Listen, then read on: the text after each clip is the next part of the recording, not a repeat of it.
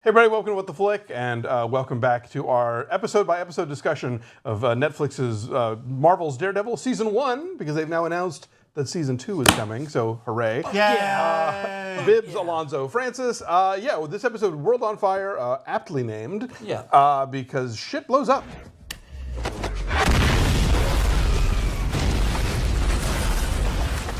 It's just good television. It is good. It's good. Episodes 5 and 6 are really kick-ass. Fucking awesome. And you warned me about it. You were Yeah. like, watch out for the end of it. And I was just like, I don't want to skip to the end, but I'm just like, no way. No way. But it's awesome. I gotta say, the title, I wonder if they switched the titles of episode 5 and 6. Because episode 5 is about a condemned building, and episode 6, the world is on fire. Yes. I know, it's kind of weird to me. But this is the episode which ends with Hell's Kitchen getting the shit blown out of it. Yeah. Like, it's really messed up. But it's all the Russians. It's all like, taking out these guys. But we'll find out. I think there's more to it than that.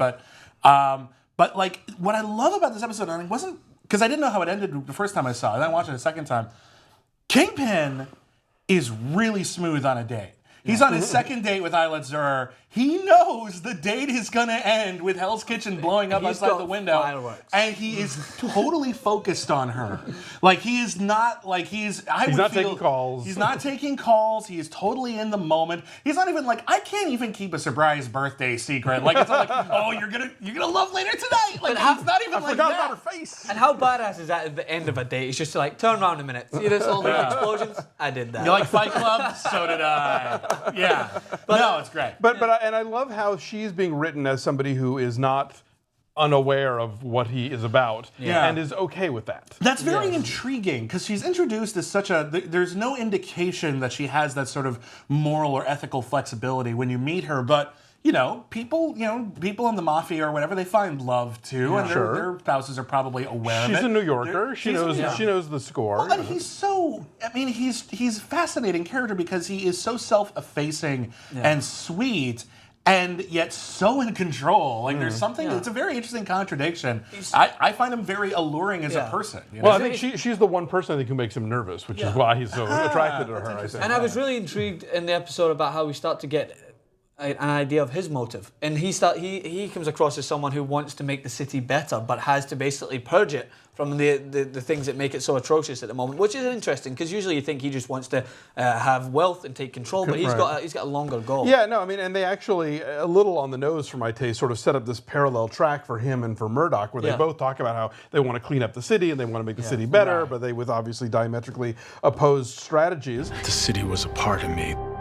That it was in my blood. And I would do anything to make it a better place.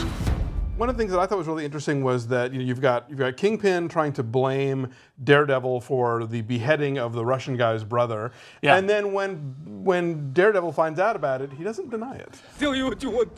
There's no cut my head off. What are you talking about? Vladimir's brother. Everyone know you took his head. Well, he doesn't. The only time he's really in a position to deny, besides with Rosario Dawson's character, who, why would he lie? But it's when a cop whom he's basically interrogating / torturing says, "You decapitated that guy." I'm not going to say, "No, that wasn't me. I don't kill anybody. In fact, I'm a young man." Like, no. I'm just saying. I thought as a strategy, it was interesting. He's like, okay, if you want to think that, I'm not going to correct you. Yeah. It was an interesting idea. There was a lot of correlations in this and the one before of this whole "you're not so different, you and I," which was interesting. I don't want to lead into the whole 5 and 6, but it happened more often than not. Well, I mean, it's what the show is about. Yes. Really. It's about, I mean, again, this is the reason why I think a lot of people are comparing it to The Wire. It's about how there really isn't that much of a direct divide between people who try to protect and people who try to attack, or people who try to uphold the law and people who break it. There's a lot of similarities in terms of the kind of person that attracts. Yeah. So I think it explores it rather well. Was I the only one that got really, really sad and downhearted with the explosion that just happened to affect the old lady that Foggy was helping? That was a sweet story. That was a sweet storyline. And I love their relationship because you can, in this episode more than not, we just talked about it previously, how Karen has not been on screen with Matt Murdock, but she still wants to know about him. She's like, does he talk about me? Does he film my face? Like, will you touch my face? And it bothers me because Foggy was killing it on that day. Yeah, he was doing really still doing so good. Thank you. That is how I date. If anyone wants to know, if anyone's got a little crush, yeah, no, that is like that. He was doing rather well. It was a good day for him. Yeah. He goes off to Linman and Zach, or Zach and Linman, I forget, right. and he does kill it. Yeah, and yeah, he shows that he's a great lawyer. That and I think that's something that got lost. I made the stupid mistake of watching the Daredevil movie, which even the director's cut sucks. I'm sorry. It's better than the theatrical cut, but it is terrible. Man, that movie is unwatchable now thanks to this TV series. Never saw it, probably never will. It was never that good idea. To begin with. But, wow, but man, someone was telling me, it was just like, well, yeah, but Jon Favreau is the best Foggy. No, he is not. I don't know why you read that trash. He's not even a good lawyer in that movie. Like Foggy Nelson in this show, he's unusual, he is funny, he is smart, but without being a cliche about it. Yeah. And he uses that in a way that, people underestimate him, and he's able to use it to his advantage. That's good lawyering. Yeah. He gives across this sort of false... It's a Columbo kind of thing. Yeah, exactly. He gives across this sort of false security that he always thinks that Matt's going to be all right, but deep down he definitely doesn't. And that was an interesting fact that I don't want to go into the next episode, but you can tell... There's a great moment in the next episode. Yeah, exactly. So that's why I like that as a character, because he knows he trusts his friend, and he's starting to feel instances where he notices that sometimes he doesn't even notice he's blind. There's a little... there are moments of writing that I think are a little clunky, though. We're not so different, you and me. It kind of bugs me. The convenient snitch who says that he's who tells the Russian what he needs to know. Yeah. It was part of the plan. Yeah.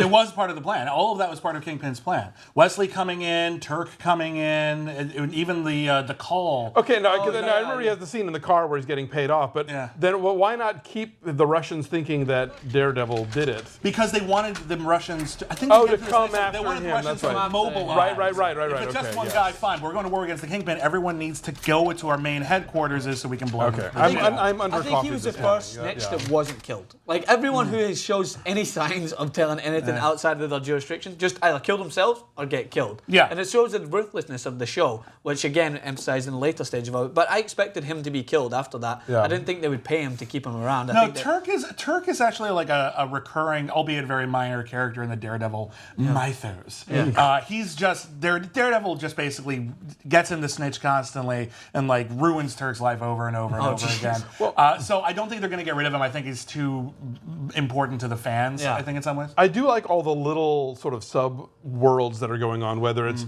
Ben and Karen, and the whole, the him getting her out of the auction alive, the other criminals like Madame Gao and the Japanese guy, and and Bob Gunton. I like that we can wander away from Matt and his problems for a moment and have some other interesting thing happen. Unlike Gotham or anything else, they all directly link in with each other. Like that explosion basically just affected everyone that was involved, even Foggy and Karen. Their nice little date was ruined. It's interesting because we're coming off shows that we watch where everything seems so disconnected at times. This show, no matter how much they may stray away from it, they're still all intertwined at the same time. Yeah, it'll be interesting to see. And you guys are way ahead of me on this show. I've only watched up through episode 6, but how the decimation of Hell's Kitchen stands up in a city that's already reeling from the incidents. Yes. I would like to say before we go, we talked a lot about the great fight scene at the end of episode 2. There's another really nice bit of cinematicness inside the car with a 360-degree camera where we got the blind guy in the background and everything. That is a really, really nicely done sequence. It reminded me a lot of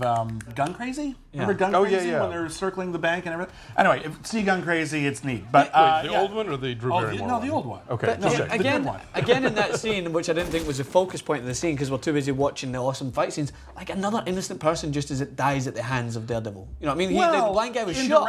I understand, but it's amazing to me is because when you see the Batman mythos, you see everything else, you do get some people who have full consequence to what happens. But in Daredevil, there's a lot of people who directly are affected by his actions. And I like that about it, of course, because he feels the pain for it. He doesn't... It's messy business. It's messy business, of course it is. And there's a lot of people who just kind of fall at the side that end up dying because they're directly involved with his combat. And I like it. So 5 ends with a cliffhanger, with Matt being perhaps about to be apprehended by the police, and we'll check back in on episode 6. If you devil. Doesn't fit.